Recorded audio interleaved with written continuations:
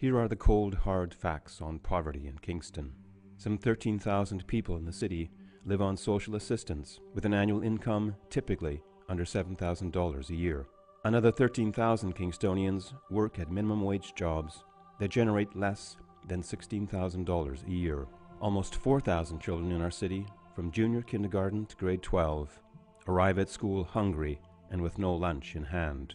1 in 2 renters in Kingston, students excluded, live below the poverty line, and many must make a choice. Do I pay my rent or do I buy groceries?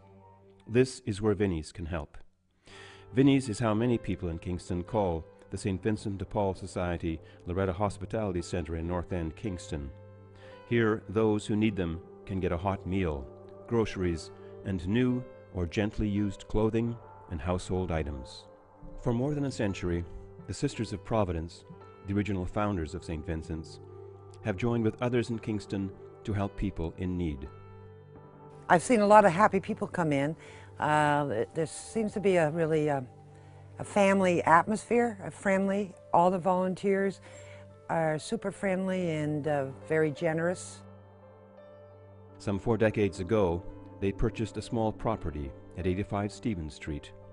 Here, at last, was a place where the city's poor and homeless could have a meal or a coffee, share a joke or talk to someone, or just sit quietly in the company of others. Living alone, sometimes you're subject to loneliness and despair, so out of a need to relieve myself from that, I began to come to St. Vincent's, have my meals and meet people. The need in the community has risen dramatically in recent years. Long gone are the days of 4 clients for lunch, Monday to Friday. Vinnie's now serves an average of 15,000 3-course hot lunches every year. I'm working off an antique stove right now, and to have something newer would be fabulous. It would make my job that much easier. The warehouse of clothing and household goods serves up to 100 shoppers in a 4-hour day, and the small pantry meets more than 7,500 requests for groceries every year. Some of the food comes courtesy of generous local businesses such as Costco Kingston and W.R. McCrae, but most of it is purchased out of Vinnie's operating budget. Just under 30% of Vinnie's budget is met through the generosity of the United Way. The remaining 70% of expenses have been met through the donations of private local citizens and groups. I come down here every day. I enjoy it. I love the company here, the surroundings. You come here once a month, get free food. You have a hot meal once a day, and I appreciate what they're doing. When you're at Vinnie's, it's easy to see where the money goes.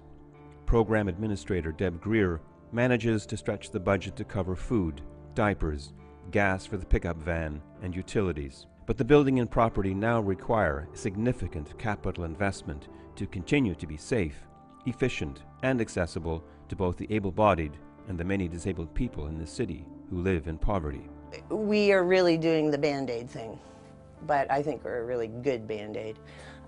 We will feed you, we will send you home with groceries, and we'll clothe you. It's all the basics, but you have to start with the basics. What does Vinnie's need?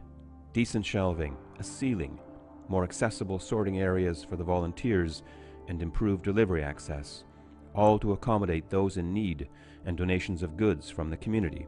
The tiny parking lot is used every morning by vehicles making drop-offs. The parking lot also offers pedestrians access to the property and services. We need the support so that we can continue to serve, and especially for the warehouse at the back, is to rebuild and have a better, more welcoming center for people to come. Last year, volunteers at Vinnie's devoted more than 9,000 hours of their time. Kingstonians prepared food, served the poor, washed dishes, helped in the warehouse and food bank. For that precious gift of time, for all the food and household goods donated, for all the donations received, Vinnie's is deeply grateful. But the St. Vincent de Paul Society Loretta Hospitality Centre must now reach out to the people of Kingston for financial donations to help meet these larger capital goals that have for too long been deferred.